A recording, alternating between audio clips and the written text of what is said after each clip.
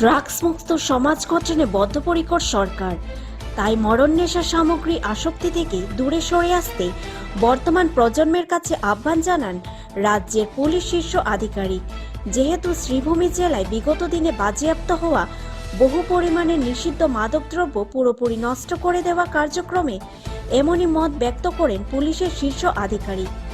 কোর্টের নির্দেশে নিষিদ্ধ মাদকদ্রব্য পুরোপুরি চূর্ণ করে দেওয়া হয় মঙ্গলবার।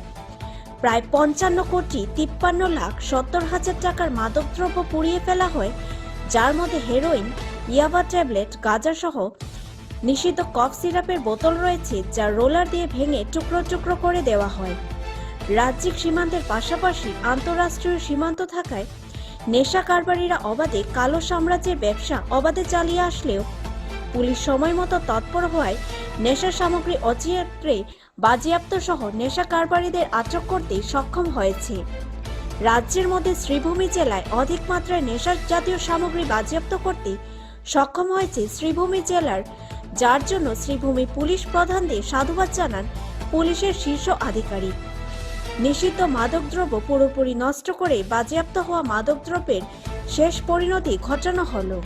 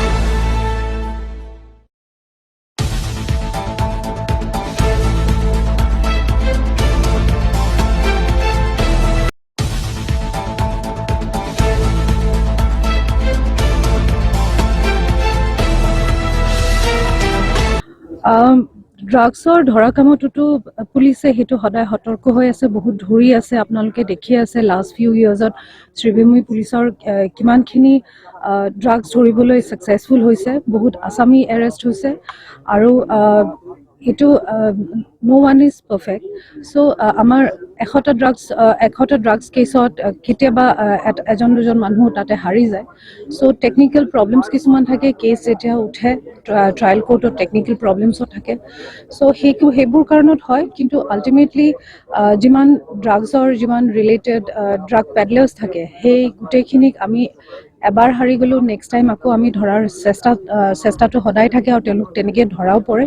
আৰু আপোনালোকে জানে PNDPS-ত এটাতকৈ বেছি দুটাতকৈ বেছি কেছ থাকিলে আমি তেওঁলোকক ডিটেইন কৰিব পাৰোঁ। সেই তেনেকুৱা বহুত আছে এক্সাম্পল।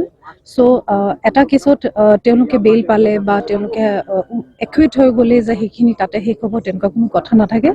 যদি আমি কনভিন্স থাকোঁ যে সেই আছামীয়ে ড্ৰাগছ পেডলিঙত ইনভলভ থাকে, we can take further cases. আজি আছিলে হেৰইন আছে।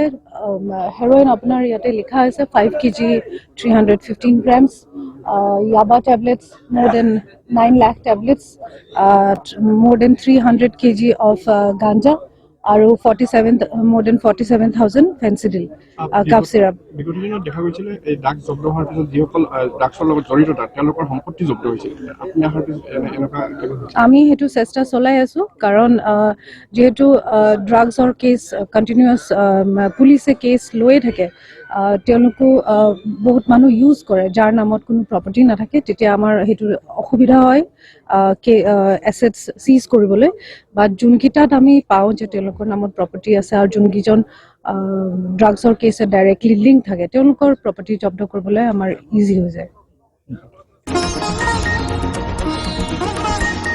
হর ঘর নল হর ঘর জল। যেখানে সরকারের বিশেষ প্রয়াস সাধারণ লোকেদের জন্য, সেখানে উল্টো ছবি উঠে আসছে শ্রীভূমি জেলার গান্ধাইমুখ গ্রামীণ এলাকায়।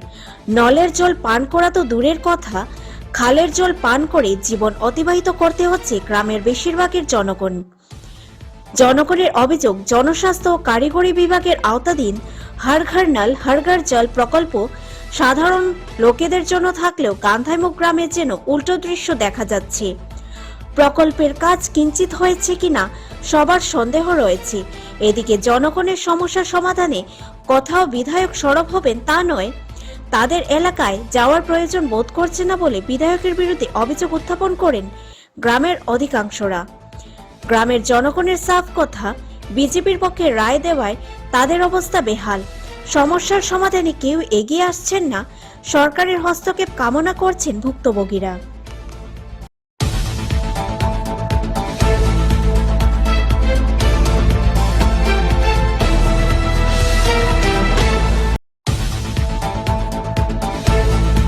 এটা হইলো গান্ধাইপাড় জলের সমস্যা, জলের জল ব্যবহার করে এটা বছর এটা ফারা বহুত বছর থাকে। বিধায়কের কাছে আমরা গিয়েছি, যাওয়ার পরে বিধায়কে কইছে না আমরা বিজেপির পুর দেই, ও কারণে তাই আমরা দেখতাম না।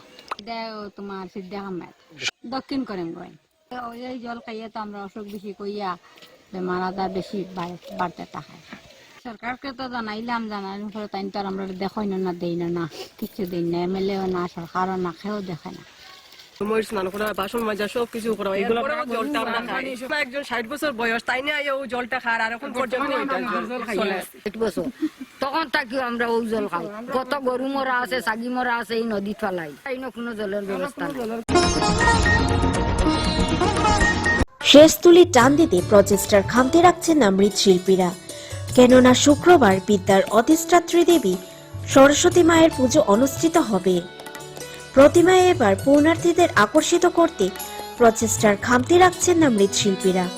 শহর তথা গ্রামে বৃহৎ সংখ্যক সরস্বতী পুজো রয়েছে, বড় আকারের না হয় ছোট আকারের।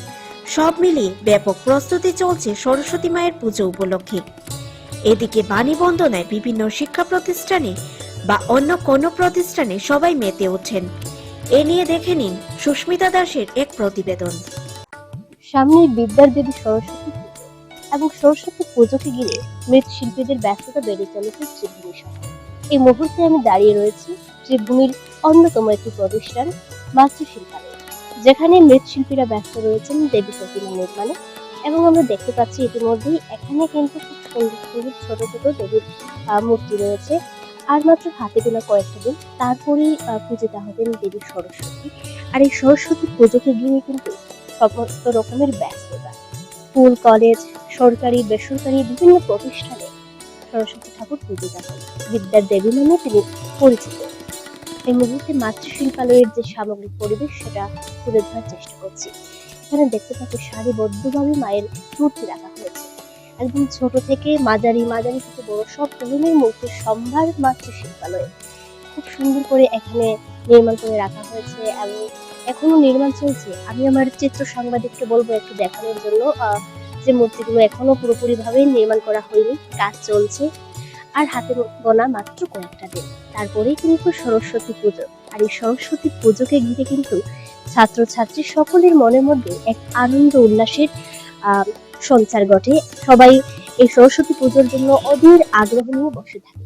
এই মুহূর্তে আমরা উপরে আছি এবং এখন নিচে চলে যাব। নিচেও ওনাদের আরো মূর্তি রয়েছে নিচে, আমরা ওইখানকার যে পরিবেশ সেটা তুলে ধরার চেষ্টা করব।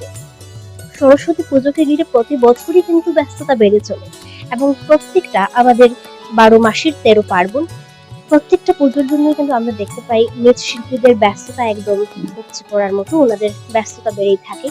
এই মুহূর্তে আমরা নিচে চলে এসেছি এবং এখানে দেখতে পাচ্ছি এখানে বড় মূর্তি রয়েছে। আমরা উপরে দেখেছিলাম যে মায়ের ছোট ছোট মূর্তি রাখা, তবে এখানে একদম মাঝারি থেকে শুরু করে বড় মূর্তি রাখা হয়েছে, যেগুলো নির্মাণ করা এখনো হচ্ছে, কাজ সম্পূর্ণ হয়নি। আর হাতে গোনা মাত্র কয়েকটা দিন, তারপরেই কিন্তু আমরা দেখতে পারবো যে সরস্বতী ঠাকুরের পুজো হচ্ছে বিভিন্ন সরকারি বেসরকারি প্রতিষ্ঠানে। আমার মধ্যে ইতিমধ্যেই রয়েছেন এখানকার যারা মৃৎশিল্পীরা রয়েছেন, ওনাদের কাছ থেকে জানতে চাইবো এবছরের সরস্বতী পুজোর কেমন অর্ডার রয়েছে। সরস্বতী পুজোতে এখন মানে অর্ডার খুব কম হয়, তো রেডিমেডটাই বেশি বিক্রি হয়। রেডিমেডই বেশি বিক্রি হয়। সরস্বতী পুজো আগের মতো সরস্বতী পুজো হয় কম, ছোট ছোট মূর্তি পূজা করে, বড় মূর্তি হয়। আপনাদের এখানে কত টাকা থেকে মূর্তি শুরু হচ্ছে? 1000 টাকা থেকে 4000, 5000, 6000, 10,000 পর্যন্ত আছে। এখনকার সময়ে বেশিরভাগ মূর্তি মানুষ রেডিমেডই কিনে এখনকার মানে অর্ডার দিয়ে অর্ডার দেয় না, মানে আমরাও রেডিমেডই কিনি। তারপরে এবছর কতটা মূর্তির অর্ডার আপনারা পেয়েছেন? বর্তমান আছে 30টা মতো অর্ডার আছে, মূর্তি বানাইছি আমি 300। ধন্যবাদ আপনাকে।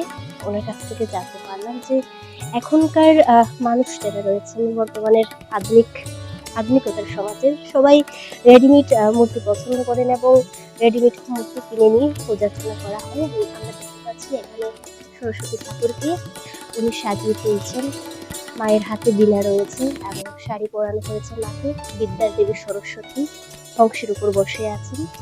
বিভিন্ন সামগ্রী দিয়ে মাকে সাজিয়ে তোলা হচ্ছে। সরস্বতী পুজোকে ঘিরে যে সৌন্দর্যতা এবং মানুষের মনের যে আনন্দ, মানুষের বলতে ছাত্রছাত্রীদের, এখানে এগুলো মূলত মনে হয় রেডিমেড মূর্তি। এই মূর্তিগুলো দেখতে ভীষণ সুন্দর হয়। আমরা দেখতে পাচ্ছি ইতিমধ্যেই এখানেও কিন্তু সারিবদ্ধভাবে দেবী সরস্বতীর মূর্তি রাখা হয়েছে। আর সরস্বতী পুজো মানেই তো আনন্দ। ছাত্রছাত্রী সকলেই এই সরস্বতী পুজোকে নিয়ে অনেক আশায় থাকে, সরস্বতী পুজো কবে আসবে। সরস্বতী পুজোকে ঘিরে সমগ্র আশা আনন্দ যারা স্কুল কলেজে পড়ে সকলের। এবং এই মুহূর্তে মাত্র শিল্পালয়ের সমগ্র সামগ্রিক পরিবেশ তুলে ধরার চেষ্টা করছি। দেখতে পাচ্ছি এখানে যতই মূর্তি রয়েছে একদম ছোট থেকে শুরু করে মাঝারি থেকে বড় প্রত্যেক সাইজের প্রত্যেক ধরনের মূর্তি এখানে আজ অ্যাভেলেবল আছে। যাই হোক, শ্রীভূমির মাতৃশিল্পালয়ের যে সরস্বতী পুজোকে ঘিরে মৃৎশিল্পীদের ব্যস্ততা এবং দেবী প্রতিমা নির্মাণ চলছে, এই পরিবেশ আপনাদের মধ্যে আমি তুলে ধরলাম। শ্রীভূমি শহর থেকে আমি সুস্মিতা, তাই 18 বাংলা নিউজ। সমাগম বিদ্যার আরাধ্য দেবতা মা সরস্বতীর পূজার জন্য হাতে মাত্র 2 দিন বাকি। এমত অবস্থায় চারিদিকে মা সরস্বতীর আগমন ঘিরে ব্যাপক ব্যস্ততা পরিলক্ষিত হচ্ছে রাজ্যের প্রান্তে প্রান্তে। বিশেষ করে কুমোরটুলিতে মা সরস্বতীর প্রতিমা নির্মাণে ব্যস্ত মৃৎশিল্পীরা।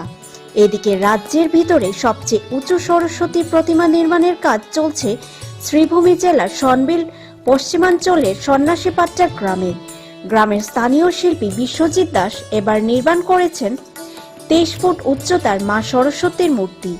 আর এই মূর্তি হচ্ছে রাজ্যের ভিতরে সবচেয়ে উঁচু সরস্বতী মূর্তি।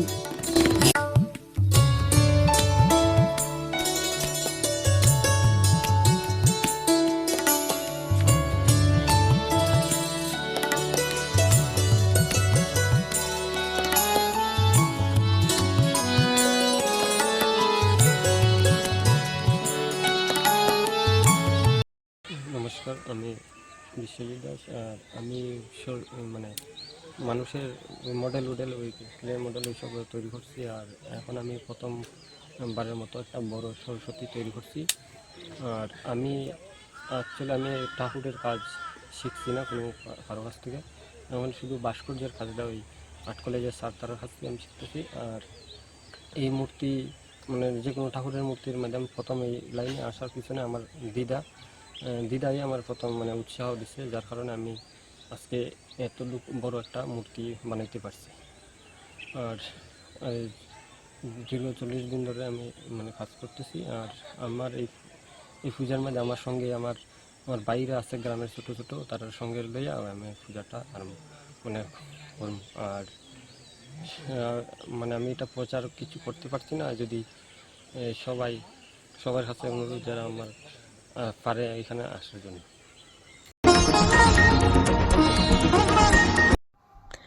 শিলচর সদর পুলিশের বড় সাফল্য, 2 কোটি টাকার হেরোইন সহ আটক এক পাচারকারী। শিলচর সদর পুলিশের মাদক বিরোধী অভিযানে বড়সড় সাফল্য মিলেছে। সোনাই থানার অন্তর্গত কচুরদম এলাকা থেকে প্রায় 2 কোটি টাকা মূল্যের হেরোইন সহ এক যুবককে আটক করা হয়েছে। পুলিশ সূত্রে জানা যায়, গোপন খবরের ভিত্তিতে শিলচর সদর পুলিশের একটি দল সোনাই থানার অন্তর্গত কচুরদম এলাকায় অভিযান চালায়। অভিযানে আনোয়ার হোসেনের বাড়ি থেকে 30টি সাবানের বাক্সে লুকিয়ে রাখা মোট 365 গ্রাম হেরোইন উদ্ধার করা হয়। ঘটনাস্থল থেকেই আনোয়ার হোসেন নামে এক যুবককে আটক করা হয়। উদ্ধার হওয়া হেরোইনের আনুমানিক বাজার মূল্য প্রায় 2 কোটি টাকা বলে পুলিশ জানিয়েছে। এই বিষয়ে অতিরিক্ত পুলিশ সুপার সুব্রত সেন জানান, আটক যুবককে জিজ্ঞাসাবাদ করা হচ্ছে। এই ঘটনার সঙ্গে আরও কেউ জড়িত থাকলে খুব শীঘ্রই তাদের চিহ্নিত করে আইনের আওতায় আনা হবে।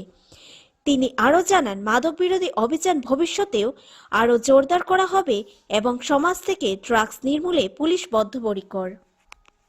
ড্রাগছৰ বিৰুদ্ধে কাছাৰ আৰক্ষীৰ অভিযান অব্যাহত আছে। যোৱাকালি আমি বিশেষভাৱে খবৰ পাইছিলো যে এজন লোক যাৰ নাম আনোৱাৰ হুছেইন, তেখেতে ড্ৰাগছ বিক্ৰী কৰিবলৈ যৌজা কৰি আছিলে এই আমাৰ কাছাৰ জিলাৰে কচুধৰম অঞ্চলত, আৰু এটা ঘৰত তেওঁ সেই ড্ৰাগছখিনি মজুত কৰি ৰাখিছিলে আৰু আমাৰ বিশেষ এক অভিযান চলোৱা হৈছিলে। আৰু এই ঘৰখন যেতিয়া হাউচ চাৰ্জ কৰা হ'ল তেতিয়া এইজন আনোৱাৰ হুছেইনক তেওঁৰ পজিশ্যনৰ পৰা 40 বাকচ চাবোনৰ বাকচ, য'ত 356 গ্ৰাম হিৰইন তেওঁ লুকুৱাই আনিছিলে, তেওঁক হাতে নাতে ধৰা হৈছিলে আৰু ইতিমধ্যে কেছ ৰেজিষ্টাৰ কৰা হৈছিলে আৰু ইয়াৰ তদন্ত চলি আছে। আৰু সেইজন যিজন লোকৰ জিম্মাৰ পৰা আমি ড্ৰাগছখিনি আমি জব্দ কৰিবলৈ সক্ষম হৈছিলো, আনোৱাৰ হুছেইন, তেখেতকো গ্ৰেপ্তাৰ কৰা হৈছে ইতিমধ্যে আৰু তদন্ত অব্যাহত আছে। ইয়াৰ ভেলু প্ৰায় 2 কোটি মান টকা। এইখিনি আমি ফৰৱাৰ্ড লিংকেজ বেকৱাৰ্ড লিংকেজ এতিয়া আমি চাই আছো, এতিয়াও তদন্ত চলি আছে। এতিয়ালৈকে আমি এইখিনি বস্তু আমি কৰি আছো, চেষ্টা কৰি আছো ইয়াৰ ফৰৱাৰ্ড লিংকেজ আৰু বেকৱাৰ্ড লিংকেজ চলাবলৈ। হয়, আপোনালোকে দেখা পাইছে যোৱা 2-3 বছৰ আমি কাছাৰ আৰক্ষীয়ে নিৰবিচ্ছিন্নভাৱে ড্ৰাগছৰ বিৰুদ্ধে আমি অভিযান চলাই আহিছো। আৰু যিহেতু কাছাৰ জিলাখনক এটা মানে ইয়াৰ মাজেৰে যিটো অন্তঃৰাষ্ট্ৰীয় কক বা অন্তঃৰাজ্য কক যে আমাৰ কাছাৰ জিলাৰ কাছিগড়া এলাকার সুকৃতিপুর রেল স্টেশন সংলগ্ন আব্দুল মালিকের বসতগৃহে ভয়ানক অগ্নিকাণ্ডের ঘটনায় ফয়জুর রহমান, ফুরানা বেগম সহ মোট 3 জন জখম হয়েছেন। অগ্নিকাণ্ডে আনুমানিক 15 লক্ষাধিক টাকার আর্থিক ক্ষয়ক্ষতি হয়েছে বলে জানা গেছে ঘটনার মাত্র 2 দিন পরই ওই বাড়িতে বিয়ের অনুষ্ঠান হওয়ার কথা ছিল। সেই উপলক্ষে ঘরে রাখা বহু নতুন আসবাবপত্রের পাশাপাশি প্রায় 70 মণ ধান ও 2 কুইন্টাল চাউল আগুনে পুড়ে ছাই হয়ে যায়। ফলে পরিবারটির উপর নেমে এসেছে চরম বিপর্যয়। সোমবার 19 জানুয়ারি সন্ধ্যারাতে হঠাৎ করে বসত বাড়িটিতে আগুন লাগে এবং মুহূর্তের মধ্যেই গোটা ঘরটি আগুনে গ্রাস করে। খবর পেয়ে স্থানীয় বাসিন্দারা আগুন নেভানোর চেষ্টা চালালেও ততক্ষণে ঘরের আসবাবপত্র, নগদ অর্থ ও গুরুত্বপূর্ণ নথিপত্র সহ প্রায় সবকিছুই নষ্ট হয়ে যায়। খবর পেয়ে দমকল বাহিনী ঘটনাস্থলে পৌঁছে দীর্ঘ চেষ্টায় আগুন নিয়ন্ত্রণে আনে। প্রাথমিকভাবে ধারণা করা হচ্ছে ঘরে থাকা গ্যাস সিলিন্ডার থেকেই আগুনের সূত্রপাত হয়ে থাকতে পারে। অগ্নিকাণ্ডে ক্ষয়ক্ষতিগ্রস্ত পরিবার বর্তমানে চরম দুর্ভোগের মধ্যে দিন কাটাচ্ছেন। ক্ষতিগ্রস্তদের দ্রুত ক্ষতিপূরণ ও প্রয়োজনীয় সহায়তার দাবিতে পুলিশ প্রশাসনের কাছে আবেদন জানিয়েছেন এলাকাবাসীরা।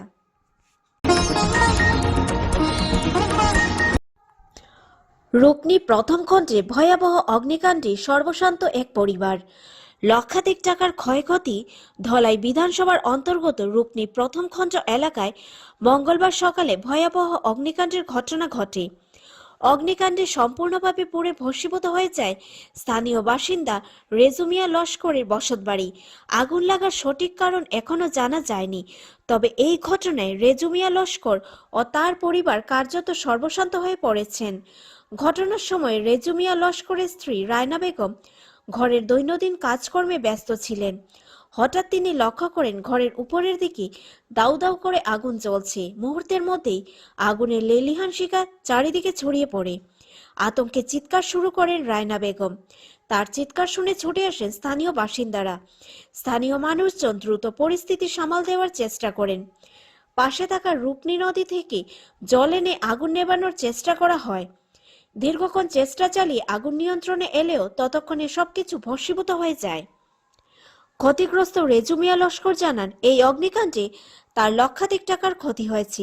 তিনি পেশায় একজন হাঁস মুরগি বিক্রেতা। জীবিকা নির্বাহের জন্য তার বাড়িতে 2টি খাঁচায় বহু হাঁস মুরগি রাখা ছিল, পাশাপাশি গৃহপালিত 2টি ছাগলও ছিল। আগুনের তীব্রতায় সেগুলোকেও রক্ষা করা সম্ভব হয়নি। রেজুমিয়া লস্কর আরও বলেন, হাঁস মুরগির ব্যবসায় ছিল তার পরিবারের একমাত্র আয়ের উৎস। সেই ব্যবসা সম্পূর্ণভাবে ধ্বংস হয়ে যাওয়ায় ভবিষ্যৎ নিয়ে তিনি ও তার পরিবার চরম বিপাকে পড়েছেন। এর সঙ্গে ঘরবাড়ি পুড়ে যাওয়ায় মাথা গোঁজার ঠাঁই নিয়ে সংকটে পড়েছে পরিবারটি। এই পরিস্থিতিতে ক্ষতিগ্রস্ত পরিবারটি স্থানীয় জনপ্রতিনিধিদের কাছে সাহায্যের আবেদন জানিয়েছেন। তারা ধলাই বিধানসভার বিধায়ক নিহার রঞ্জন দাস, রুকনি গঙ্গানগর জেলা পরিষদের সদস্য মিহিরকান্তি রায় এবং রুকনি ইস্ট অঞ্চলের সভাপতি জিষ্ণু দাসের কাছে আর্থিক ও প্রশাসনিক সহায়তার জন্য আবেদন জানান। পরিবারের পক্ষ থেকে জোরালো দাবি জানানো হয়েছে, দ্রুত সরকারি সহায়তা ও ক্ষতিপূরণ প্রদান করা হলে তারা আবার নতুন করে জীবিকা অর্জনের সুযোগ পাবে। আচ্ছা, তো আগুন কিরা লাগছে? ক্ষয়ক্ষতি কেমন হয়েছে? আচ্ছা,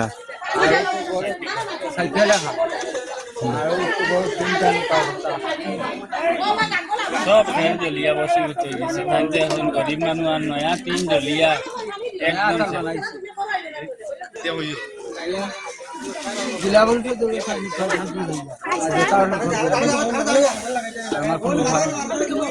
আমাদের ধলাই বিধানসভার সমষ্টির বর্তমান MLA